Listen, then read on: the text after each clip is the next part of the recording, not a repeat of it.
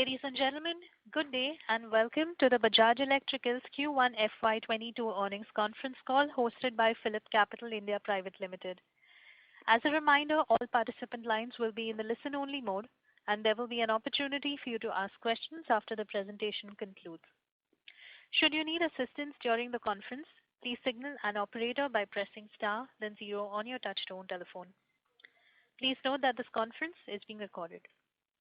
I now hand the conference over to Mr. Vineet Shankar from PhillipCapital India Private Limited. Thank you, and over to you, sir. Thank you, moderator. Good afternoon, everyone.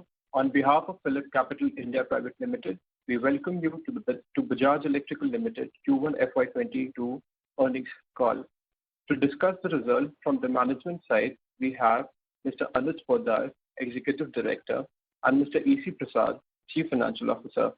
Without taking much of your time, I will now request Sir to give his opening remarks, post which will open the floor for Q&A. Thank you, and over to you, sir. Good evening, everyone. This is Anuj Poddar. Thank you for joining us today for this earnings call. I want to start by putting the headlines and then I'll share some data. As you know, this has been a tough quarter for everybody in terms of being COVID impacted and, with lockdowns. And number two, on issues around commodity costs, etc. That said, we continue to maintain our strategic direction and improve on that on all fronts, and I will talk about that a little more. On growth, we are happy with our top line numbers in terms of direction and our consumer business. On bottom line, I know there's a lot of questions, particularly on consumer, products. Couple of headlines from me there. Number one, there's reasons for the bottom line on consumer products. I'll take you through that. There are various one-time costs and or non-comparable items there. That's why optically it looks that way. But we are not really, as we take you through that, you will understand why that looks that way, and it is not as much a matter of concern. Number two, we are very confident, Q2, Q3, and on a full year basis, we will bounce back. So the direction on that remains intact with what we've been guiding earlier. So we are not, we remain as confident on that part. Additionally, I talked to you about the cash flow and debt and balance sheet situation, which again continues to deliver with our guidance and trajectory that we've been maintaining so far. Quickly, on our headlines, on specific numbers, etc., you've all got the financials. I believe the first filing that happened online on the exchange, there was some visibility issue on the font in some cases.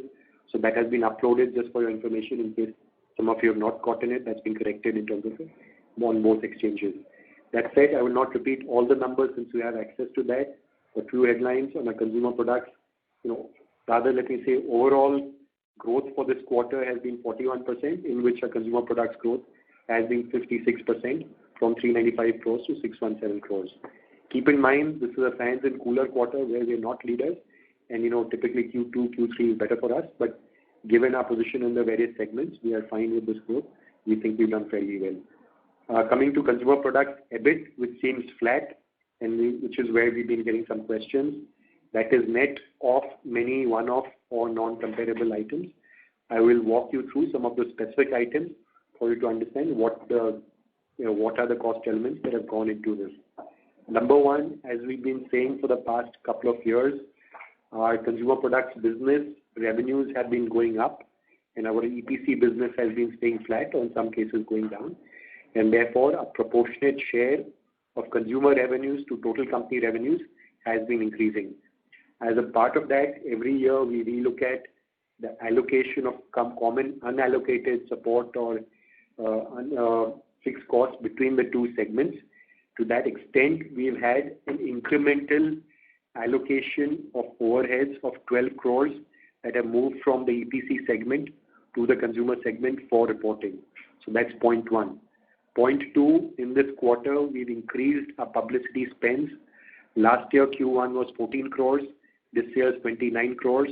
So there is an incremental 15 crores spent on publicity.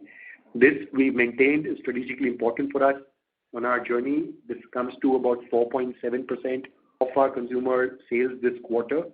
We are happy to be at a variance on this versus competition because we think strategically long term this is important. I've been calling that out, that we will not shy away from investing in our brand for the next couple of years to dress up a short-term, quarter performance.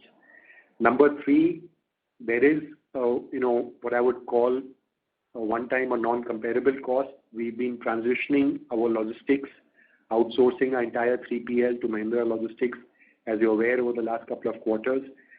Some of that transition that's been happening on a phased manner across various warehouses and geographies across India. This quarter was supposed to have a transition of our single largest central warehouse in North India, so entire, which is a bulk of our, or the centerpiece of our own logistics. That transition was delayed because of the COVID, and therefore there's been a fair amount of period in this entire quarter where we had double rental cost and not transition as per the original plan. That was unavoidable, and because of that, because of double warehousing and as a resultant, suboptimal transportation management on this and double movement of goods, we've had an incremental cost of 5 crores on this logistics front. This will start, the way we are seeing current logistics transition, by around mid-August, this will start normalizing. So in Q2, this will start coming down. In half of Q2, we'll start seeing the benefits of this logistics transition. So to that extent, we've had a 5 crore incremental over budget impact on logistics in Q1. Number 4, we paid out employee incentives in early July. This is as a reward for we've beaten our budgets last year financially and achieved highest ever profits. We had extra incentives payout, and to that extent, there's been a 3 crore incremental incentives cost built into the Q1 numbers. This will again normalize from Q2 onwards. Number 5, we've had a commodity price impact. While we passed on part of that, not all of it was passed. As per our internal calculation, we've had about a 3.2% impact on margins on FLM as a result of that, aggregating to about 19 crores. And I will take a question on this because I'm sure that will come as to how do we see that playing out over the coming quarters. If you add all of these items up, I'll leave you to do the math on that. It adds up to a significant amount. I'm not saying all of it could be avoided. Some of this you can consider as business expenses or not. But a fair amount of this could have been considered as something one adds back for seeing a normalized performance and on a full quarter basis. Lastly, of course, had you had 3 months of sales versus 2 months of sales that we've had. So because of these various reasons and seeing the trend lines in Q2, we remain as confident of delivering the coming quarters for the business, and the trajectory will be maintained. We see this as a short-term thing. I had also shared, I think probably in March, in one of our investor interactions or media interactions, that there are short-term challenges. We will face those short-term challenges, but to counter the short-term challenges, we will not underinvest or shy away from doing what we're doing from a long-term perspective. That includes R&D spends, etc. So we will continue to incur and invest in these things. Okay, so that is to give a roundup of the Q1 consumer products business. Quick commentary on our EPC business. While the overall trajectory remains like we've been speaking, the loss has been coming down. The highlight there is EPC comprised 3 segments: illumination, power distribution and transmission, all of which were a drag on the company with losses in the past. Our illumination has turned around, so we are at break even in this quarter in illumination business. And through the rest of the year, illumination will give us positive EBIT, and therefore that will only leave power distribution, power transmission that we continue to fix. So to that extent, strategically coming back to a strategic direction, we are now seeing a turnaround in the illumination business as we've been working towards. Final couple of points I want to make is on our balance sheet and debt position. We have generated positive cash from operations of 39 crores in this Q1. So irrespective of the P&L view that you see, our focus on cash flow remains.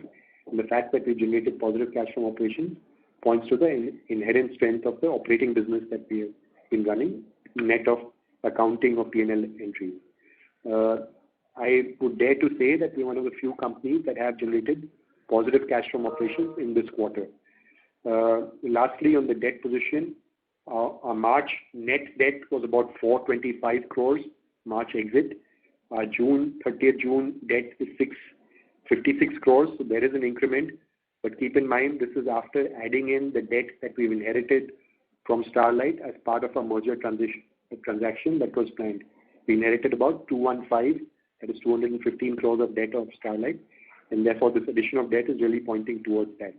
To that extent, we continue to actually fix that on a consolidated basis. And I'm going to now fast forward into giving a debt position as of 7th August, so you get a visibility into how we're fixing that and how our cash flow is trending. As on August 7th, our net debt, which was 656 crores on 30th June, is now down to 434 crores. That's by over 200 crores in these 37 days. And that points to both more efficient cash generation, and we are restructuring our working capital and credit terms, etc., to start optimizing this further to the advantage of the business. With that, we remain confident on our overall cash positions and debt and balance sheet trajectory for the rest of the year. Our guidance last year was that we will exit March 22 as a standalone Bajaj Electricals on a net debt-free position. We continue to hold that guidance. We've got an incremental debt in this Q1 from Starlight, as you're aware. We will also seek to repay some of that, while we may not be repaying all of that. But we therefore remain confident and hold to all our guidance that we've given for this year on a full year basis. So with that, I will take a pause and I will hand it back to the moderator for the question and answer. Thank you. Ladies and gentlemen, we will now begin the question and answer session. Anyone who wishes to ask a question may enter star and 1 on their touchtone telephone.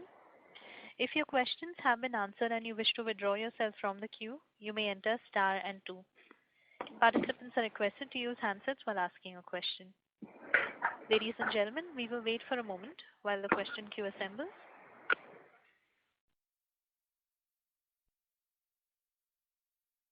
We have the first question from the line of Renu Baid from IIFL Securities. Please go ahead. Yeah, hi, good evening. So my first question is on margins of consumer products. So at the start of the year, when we gave the guidance of almost flattish margins between 9 to 10% levels, did we price in the increased allocations coming in from the EPC business of nearly 12 crores? And this allocation is 12 crore on a quarterly basis, or how should we look at this number at the annualized base level?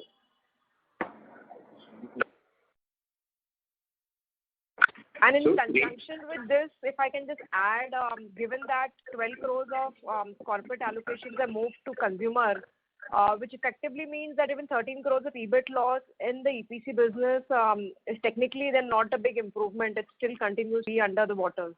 So your comments on both of these would be awaited. Yes. So Renu, firstly on the CP margins, if I go back to history and then I'll come to current, we had spoken about a 1% margin expansion every year, by which we should have been at 9% margin for this year, which is FY22. Okay. I'll always say that leave aside an odd quarter that tends to skew numbers. If we take the rest of the 3 quarters, we will deliver that 9%. We will internally aspiring to deliver 10%, given that we did that last year. Okay, that's number one for the remaining 3 quarters. This is after factoring in the increased allocation. So why I always remain yet slightly conservative on margin is because we know we're yet taking in our stride some of this incremental allocation that are coming. So actual margins improvement delta is much higher, but we're delivering this improvement after taking in some of those incremental allocations and our incremental spends on brand and R&D that is starting to kick in this year. So to short answer to your question, yes, we will hold true to a 9% guidance that we've given, but a 10% target that we're chasing for CP margin for the rest of the 3 quarters, point 1. And that hopefully answers the second question also on the 12 crores being 12 crores for this quarter, but it will replicate itself through the rest of the year. But this guidance on margin is after that. Your question on EPC margin, yes, it looks as if it was worse if one were to factor this in, but actually we had a one-time, again, write-off of about 10 crores in the EPC also, because some provisioning that we've done there. So that is yet net of that. So overall, we remain confident on EPC losses also continuing to shrink here. And this 10 crore provision pertains to cost overruns or receivables? To receivables. Okay. And therefore, I would again divide that into cash versus non-cash. I don't know which one you prefer, but therefore the provision, not a cash cost. So to me, what is more important is to get the cash operating losses on EPC down to 0. So then, at least we're not burning cash on that. We remain focused on that. And then, some of these may be entries that we have to keep adjusting this. Keep in mind, one of the benefits is of getting the illumination business to turn down, because by Q3, Q4, once Illum is delivering profits, that will again start netting off. So on a net basis, we remain, or cumulative basis, that's why we remain positive on EPC exit this year. Sure.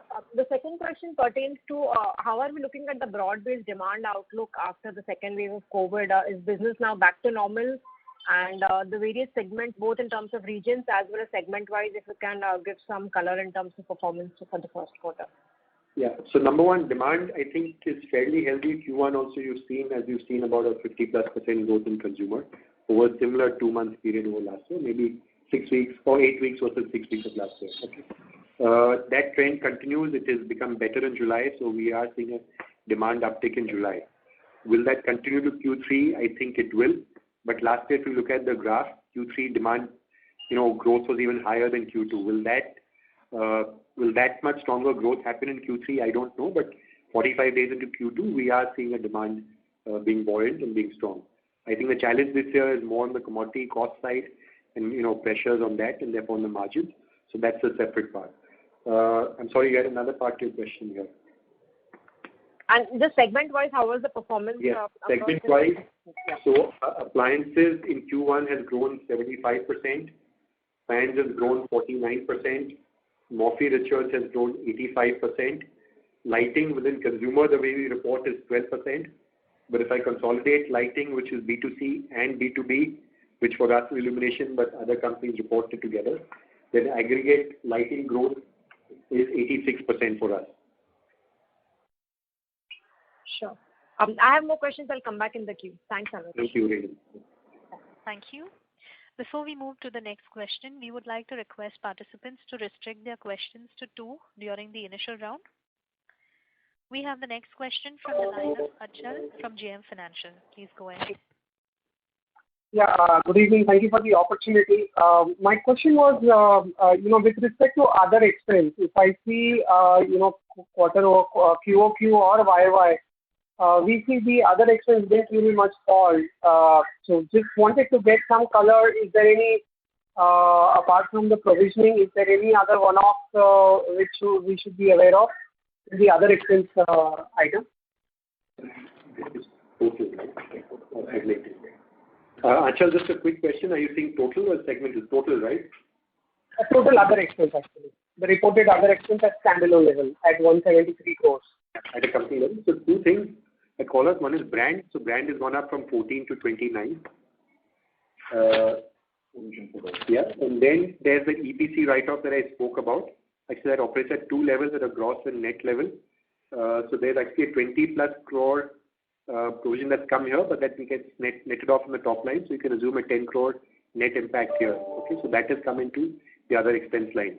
If I take both of these items out, then the rest of it is pro rata increase in line with sales growth. These are the 2 that are disproportionate increases in the other expense. And the MLM, sorry, the 5 crores. Sorry, you were saying something. And the MLM 5 crores. Sorry, I used to look at our MIS, but I'm just trying to see the reported financials.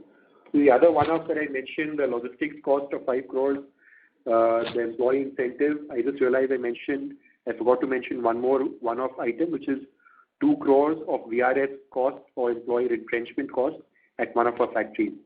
So all of these sit in the other expenses as a one-off or disproportionate increase. This VRS cost is part of standalone or consolidated? Standalone. It's part of the standalone and therefore also part of consolidated. Understood. And secondly, if you could, give us some sense about the gross margin part. You did mention 3.2 percentage point impact. But my question would be, in terms of gross margins, how are they in FY21, and how do you see on over next 3 years, what kind of improvement can we expect? And with respect to the total raw material cost inflation and the price increase we have taken. So, while we don't give out segmental gross margin, I'll give you a qualitative sense. Number one, our gross margins in this quarter are impacted because of the commodity price impact. Like I told you, in the 3.2% that we've not been able to pass on. But that's also because we've taken a staggered hike. We've taken a hike in May and June for certain categories, about 3% each. We have taken a further hike now in July in some categories of 3%, and effective 15th August that we're taking a further hike in the other categories, about 3 to 4%. So between Q1 and Q2, by end of Q2, we will have normalized the gross margins to the normal level. We are seeing the commodities which have been continuing to be in an uptrend. So there was a lag in passing on that, but commodity costs have now stabilized. So now the increase in price will actually go to the gross margin contribution. So by 15th August on our books, on our paper, but by let's say September on terms of realization, we'll be back to normal full gross margin level that we used to operate at. So what you're seeing, that 3% that I spoke to you, is really lag effect, because while we were increasing prices, the costs were increasing with that lag. Was I able to explain that properly? Yeah, yes, very much. Just a clarification. Yeah, we were to look at the cumulative cost inflation at the at the segment level. What would that number be? In terms of in September or October of last year, cumulative. What is the RM cost inflation at the weighted average or at the segment level? Would that be upwards of 10-12%, or could that be 7-8%? Maybe the total cost of goods sold or gross cost level. I haven't done the math, but I'm just working backwards in my head. I think Q3 was about 3-odd%. Q4 was about 6-odd%. That's 9. This Q1 has been 6-odd%, of which we've taken 3%. So 9 plus 6, about 15%. So about 15% till date, of which we passed on about between 9 to 12%. Yeah. Understood. Therefore, because that's been a moving target, while we are passing on, that lag has been building in, the negative lag has been building into our margins. But as that cost is now flattening out, you will see the catch-up take us back to normal margins. Understood. And just a clarification, you did talk about changes in the credit terms. Was it for the consumer product business? And if yes, so what is that change, sir? So yes, sorry. So it is for the change. It has been entirely for the consumer products business. While we don't put that out publicly, we were, I think to my mind, suboptimal and out of line with industry in terms of the credit period. It was shorter than what industry offers. So we've normalized that now in par with industry and created financial structures to enable better working capital for us. And it remains through channel financing. Is that understanding right for the offline? The 100% is channel finance. Yeah, but that's on the sales side. This I'm talking on the purchase side. So the sales side remains same. The purchase side, vendors, we had very generous, which is short credit period that we were enjoying versus industry. So we started normalizing that, and that is now releasing working capital for us. And that is here to stay. So that's not going to go back. So that's not a one-off. Now this will be the trend, and therefore this cycle will continue as is. Understood. Thank you so much. I'll come in the queue for more questions. Thank you. Thank you. We have the next question from the line of Amit Nahawar from Edelweiss. Please go ahead. Yeah. Hi, Anuj. Hi, Amit. Hi. I have two quick questions, Anuj. Too many explanations on margins, and thank you for the clarity. But typically, if I take EPC, is it fair to assume that FY22 might still be in red for us? Because a lot of, despite your tracking, rigorous framework, a lot of things might be out of control. So first question is, FY22 largely EPC will be red. Is that a fair assumption? So Amit, I've always maintained on the full year will not be positive. We'll exit the year on a positive run rate. Okay. So you will have the visibility of a break even, so that you have confidence that FY23 will be break even. Some of that gets pushed back and forth by a quarter because again Q1 was not planned for the EPC. Whatever has happened because of lockdown projects not getting executed. Q2 is a monsoon quarter, but you will see light at the end of the tunnel at FY22. So while full year annualized aggregate may not be positive, you will exit so that you will have visibility that FY23 will not have any losses from EPC. Fair point. And just clarification, any learning from, so we've basically provided for some 10 crores in receivable, but how do we assure ourselves that, that sort of thing, does not repeat, or because that can be a bigger, because the retention is a large number, right, still. So any color on that? Yeah. So as Anuj mentioned, this is not actually a cash outflow. We have made a provision based on prudent view taken. Actually, we have already taken a provision of 16 crores on this in the month of March, but that was reflecting as a part of the gross margin, not as a part of the provision. Okay. Now what we have done is, since we are closing some of these projects, we move this provision from the margin levels into the provision for doubtful debts. So that is the net impact of 10 CR. But having said that, it's not that we are accepting this as a hit. We continue to fight with our customers, but on a prudent basis, we have made this provision.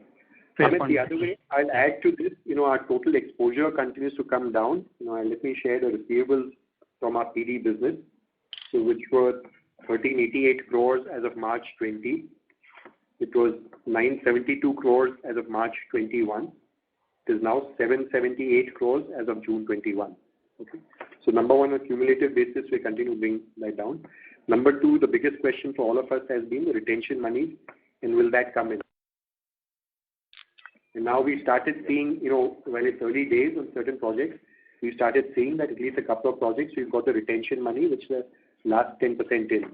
That was a very important proof of concept for us, that having to go through that process of being able to, complete all the documentation paperwork, audit and release from all the agencies, whether state or central level, to get the last 10% in. Once we've got that, well, these are on some of the smaller projects, we are more confident that, the balance 10% on other projects will also come in the due course. So we do not see any significant or large hits coming because of this, even if they're non-cash in nature. Fair point, Anuj. Second question is on Starlight and LAMP. So typically in FY 22 and 23, how much will we commit in investments, and how are you are able to assure us that the returns on these businesses, might not take more time? Thank you. So again, first let me address Starlight, Amit. Fact is, like I said earlier, Starlight has only moved from being a JV outside to becoming officially on our balance sheet, because we have been guaranteeing their debt and therefore had been funding their losses in the past also pre-transaction. All that this transaction has done is made that more visible and transparent to everybody, and allows us to actually streamline that better and faster.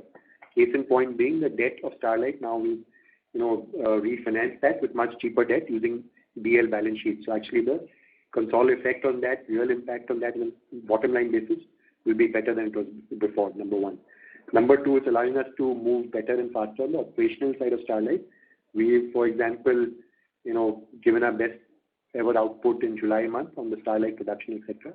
And that's what you'll start seeing, operating synergies become much better and faster over the coming months on Starlight. Number three, on Hinlamps specifically, while that was not directly being, impacting us in the past, Hinlamps is where we've had this VRS and retrenchment of people. That factory as on date is not operational. It is on shutdown. We are not sure whether that factory will restart unless it is viable. That's one of the reasons that we've had to go in for retrenchment of people. As a result of these, while these are one-time costs, these will result in reducing operating losses from the Hinlamps factory in the future. Lastly, while we do not share too many details on that, there is land value and there are tax assets sitting in both Starlight and Hinlamps. So on a consolidated basis, as post-transaction over the coming few years, we're confident that we build in that inherent asset cost, both property and tax. We will overall be in a beneficial position, factoring in the purchase price also. Thank you, Anuj. Good luck. Thank you. Thank you. Before we move to the next question, we would like to remind participants to ask a question. You may enter star and 1. We have the next question from the line of Aniruddha Joshi from ICICI Securities. Please go ahead. Yeah, thanks, sir. So, sir, on the VRS, is the VRS completely over, or there will be more VRS-related expenses in Q2 and maybe Q3 also? That is question number one. Also, first reason I joined call slightly late, sorry, but what was the first reason you indicated for the one-offs? So I missed that. So if you can please indicate again. And yeah, so and lastly, what was the growth in fans and Morphy chips that you indicated? Okay, so firstly on the VRS, this current VRS or retrenchment cost covers about 174. Yeah, about 90 people in our Shikohabad plant. There are more people there, right now. Secondly, there's another round of exercise that's been done at Ranjangaon in this Q2. So Q2 will factor in the impact of that exercise in Ranjangaon. Thirdly, to your question, will there be more of these? Obviously, we cannot put that out as management. These are sensitive matters. But my only point of policy on that is that as a company, we will continue to review what makes us viable and what is structurally sustainable. And while we are empathetic and want to continue with all our people and employees, where we believe that something is becoming unviable and we need to take certain calls in the interest of the organization and the rest of the employees, we will continue to take those calls. Not all of this can happen or would ever happen at one go, because the dynamics of each business, each factory, and each unit are separate, and therefore we'll take that up on a case-to-case basis as what is best interest of that unit or that factory on a short and long-term basis. Okay, and what was the impact at Ranjangaon, if you can indicate if possible? Not right now, since we've not disclosed Q2, but again, it will be similar single-digit crore numbers. Okay, sure. And the first reason that you point of understanding, on that, obviously we do our math on that, so over 2-3 years these pay off, but after that it just makes you more efficient. So there's a certain payoff in a workman category that one has to do, but ultimately these are designed to make us more efficient on an ongoing future basis. Okay, sure, sir. And the first reason that you indicated, the shift of some business from... So I'm not sure which one I said in what order, but there were various one-offs. I think a couple of initial ones that I mentioned. There was a increased allocation of common overheads of 12 crores that moved from the EPC segment reporting to consumer business reporting. So that's a part of, because our allocation every year we look at based on proportionate share of the revenues of each segment to total revenues. And as the consumer continues to increase and EPC is staying flat, that allocation is changing every year. The mix of that is changing. That's number one. Number two, I mentioned publicity. I don't know if it caught that, but I repeated publicity. Yeah. So that I understood. So this was the only missing. And just the growth rate in fans and Morphy Richards? Yeah. So 1 second. So fans has been 49% growth, and Morphy Richards has been 85% growth. Morphy Richards, I'll just take a few seconds again. In the past many years, we had been fairly flattish on Morphy Richards, but as you've seen from 2021, which is FY21, and now FY22 also, we started reporting very healthy double-digit growth in Morphy Richards, and we are very confident of actually driving that much more aggressively going forward. Okay. Sure, sir. Thank you. Thank you, Anirudh. Thank you. Ladies and gentlemen, to ask a question, you may enter star and 1. We have the next question from the line of Rakesh Roy from Insec Securities and Finance. Please go ahead. Hi, sir. Sir, my first question regarding... Mr. Roy? Yeah. I'm sorry to interrupt. Yes, sir. Yeah. Hi, sir. So my first question regarding your price increase. Maybe I missed, sir. Any price increase during the quarter, or will you take it in near future also? So we've had a 3% price increase, some in May, some in June. But since May was mostly locked down, in all cases, the impact has only come in about 25 days of this quarter post the June price increase, number one.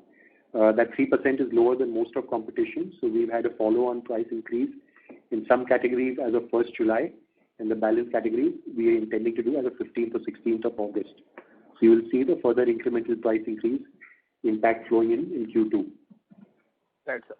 So my next question is regarding any new launches during Q1 or any Q2, Q3? So we've had some new launches in Q1, but because that was lockdown quarter that was soft, we'll have much more new launches in Q2. Q1 we had about 13 launches. But Q2, well, I can't give it away. Lighting is going to be one area of focus. So you'll see significant new launches. Okay, sir. In Q1, you just mentioned 13. And sorry, one more point to add there, because we split lighting separately. Illumination, which is where we've been driving high growth on lighting, we've had about 60 plus launches in Q1. Okay, sir. Any new launches in fan also, sir? Out of 13, sir? Yes, so 4 launches of fans in this. Okay, so fan in, sir, which economy of the premium, sir? Premium. Premium, sir. Sir, now my last question is regarding, say, any market share gain in any products, sir, during the quarter? So over on an aggregate market basis, with this 50+% growth in CP, we've had a market share gain. Versus the top 3 or 4 players, I think we've all had market share gains. So amongst us, relatively, the story varies. But if you look at us, whether Bajaj or the top 3, 4 players, versus aggregate industry growth, we've had market share gain. Right, sir. Thank you, sir. Thank you. Ladies and gentlemen, to ask a question, you may enter star and 1. We have the next question from the line of Rahul from Haitong. Please go ahead. Yeah, hi. Thanks for the opportunity. I just have one question. From what I recollect, between TLT, PD and projects, illumination projects is where the company had the highest margin. So I was slightly surprised when you said, that the company has, achieved break-even in illumination projects. Because I always thought this is where you make your maximum money. So that is one. And connected with that, I want to understand what is your plan on, achieving break-even in TLT and PD. PD, especially given the size of the orders have reduced substantially. So I want your comments on illumination projects and then the plan of breaking even in the other 2 segments. Thank you. Sure, Rahul. So on illumination, I don't know the past conversation, but since the time I've joined, which is November 2018, it has always been loss-making every quarter. Okay. And from what I know, at least for a couple of years prior to that, so it may have been profitable before that, it has been a loss contributor. So this is the first quarter we are near break-even. On a full year basis, we will be positive on illumination. Last year, had it not been for COVID, we'd have achieved that break-even last year. That's point 1. Point 2, on PD, plan for break-even really is, it's hinged on phase 3. We are expecting phase 3 was to come in anytime in May or June. It's slightly delayed because the center has to sanction that and then the state will sanction that to us. Once phase 3 scope in quantum is confirmed, that should again happen. It's tough for me to give a commitment on behalf of the government, but we expect sometime in Q2, phase 3 should get confirmed. The scoping or quantum of that should get confirmed to us. Basis that, then we can realign our resources and organization to figure out what is the quantum and cost structure going forward on phase 3. We believe this will be margin accretive phase 3 because operationally, we are carrying certain inventories and resources, etc., that will be put to use in phase 3 and therefore will be margin accretive. Without that phase 3, then it will just require a faster relook at cost structures on this. So right now we have been if I may say, no man's land till that gets crystallized. So that's really the outlook of visibility as to once we have phase 3 coming in and this is primarily UP I'm talking about for power distribution business, then we'll realign our business in operation cost structure to deliver that will be margin accretive. On power transmission, quite honestly, we would have been positive now, except for the whole capex cycle having slowed down since last COVID last year. I think once that starts normalizing, we've been maintaining an order book there. I think we are close, not very far off from break even.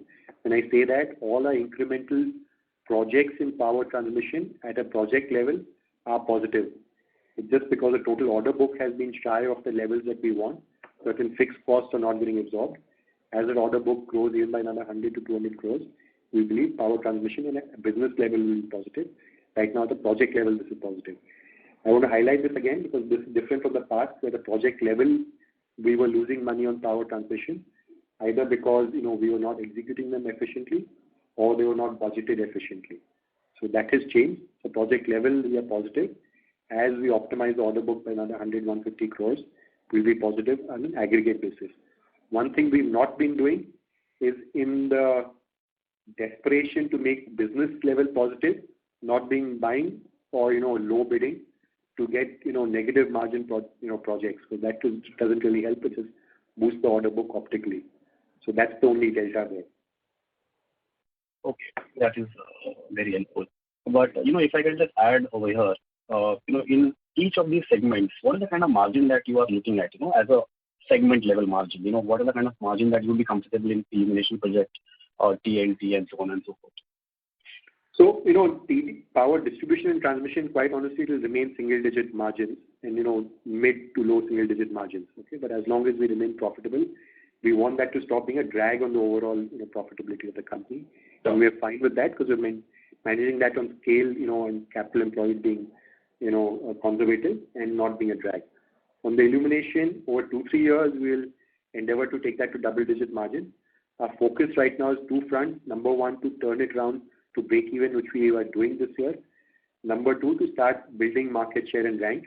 We were a number 4 player. Last year, we've gone from number 4 to number 2. This year also in Q1, like I said, we've had very strong 100% growth if I look at this illumination standalone on top line. So right now, the focus is on fixing bottom line to positive and driving market share and rank growth. As that consolidates over the next 1-2 years, we will see that margin actually start going aspirationally to double digits also. And we very much think that is possible.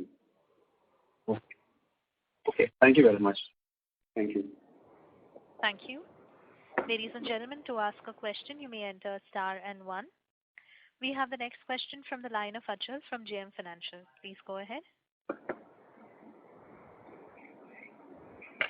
Achal, please go ahead with your question. Yeah, thank you. Thank you for the follow-up opportunity. My question was with respect to supply disruption. How has been the supply in the last 3-4 months, and how do you see it, like you have mentioned in the past, in terms of maintaining the outsourcing and the in-house mix? Any change in that side? So, Achal, supply in terms of availability of finished goods or overall production capacities has not been a challenge now. In fact, because of last year's experience where stockouts and supply disruptions were there, we have been having a higher inventory norm, and therefore we exited March also at very high inventory levels. But internally we had a joke saying, "Kuch daag achhe hote hain," that in this case, the issue or problem of having extra inventory has helped us in the last 1 or 2 months. Number one. Number two, because you had high inventory, you have had low, or should I say, production capacity at our factory with some suppliers in the last 1 or 2 months.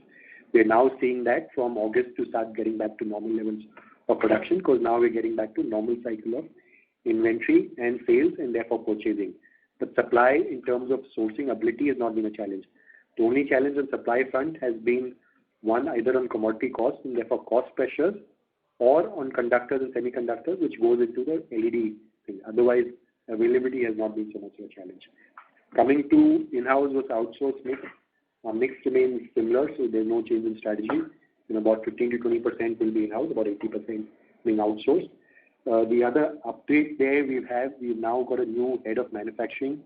He's joined us last month. So our focus there is to not increase our total manufacturing footprint, but drive greater efficiencies on our manufacturing plants. And therefore, I again feel very confident that another couple of quarters, our efficiency of cost of production in-house and therefore margins on that by exit this year will start looking much better. In a way, that was part of my answer to somebody's earlier question on Starlight, etc. I think, getting this fully in our control, now we are driving the manufacturing of Starlight. With the new head, many initiatives being done there, PPM, etc. being rolled out, we believe Starlight will turn around sooner than later. Lastly, on that point, I'm sorry, I lost my thought on that. Yeah, we're also re-looking at, while the overall 20% may remain constant, the mix of products that we produce in-house versus outside. So that is something we continue to revisit. So that is where we'll drive greater efficiencies going forward there. Understood. And one more question, with respect to the R&D spend, any numbers we have in mind? Where are we in FY21? How do you see it over the next 3-4 years? Same is the case with the A&P. So R&D typically has been sub 1%. We will take that up to about 2%. In the next couple of years, that may hover at that. After 2-3 years out, that will start falling back to closer to between 1 to 1.5%. And reason, like everything else, is because it will be front-loaded. As the products start hitting the market and the monetization starts, then that starts falling back to between 1 to 1.5%. But, this year or so, next 4 to 6 quarters, or 4 to 8 quarters, that will start inching closer to 2%. And about the A&P? A&P, which is advertising promotion. So there we've guided that will be plus minus 4.5%, between 4.5 to 5%. This quarter, because we had a 1 month sales loss, that is at 4.7%, In a normal quarter, that may be 4.5% or between 4 to 4.5%. Yeah. We'll play that quarter to quarter. Actually, you should look at that on an annualized basis because that doesn't happen on an equitable or linear basis through the 4 quarters. That varies. So, for example, Q3 in absolute terms that increases, etc. So that varies quarter on quarter, but the figures I'm talking about is more on an annualized basis. Understood. I think that's very helpful. Thank you so much. Thank you, Arjun. Thank you. Ladies and gentlemen, to ask a question, you may enter star and 1.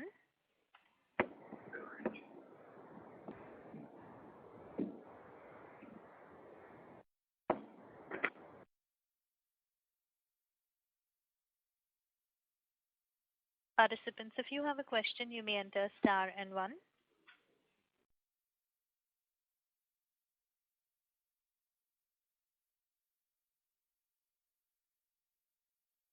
As we have no further questions from participants, I would like to hand the floor back to Mr. Vineet Shankar for closing comments. Thank you, sir. Sir, would you like to make any closing remarks? Yes, I would. I was just trying to reassert what I said at the start. We remain as confident as ever on where we are headed. Structurally, strategically, we are very much on the path, even in this quarter, even in the numbers that you see. But even operationally, from a short-term perspective, etc., we remain confident about the coming quarters and the full year, and we will deliver what we've guided and promised him. Thank you, members of the management and Mr. Shankar. Ladies and gentlemen, on behalf of PhillipCapital India Private Limited, that concludes this conference. Thank you for joining us, and you may now disconnect your lines. Thank you.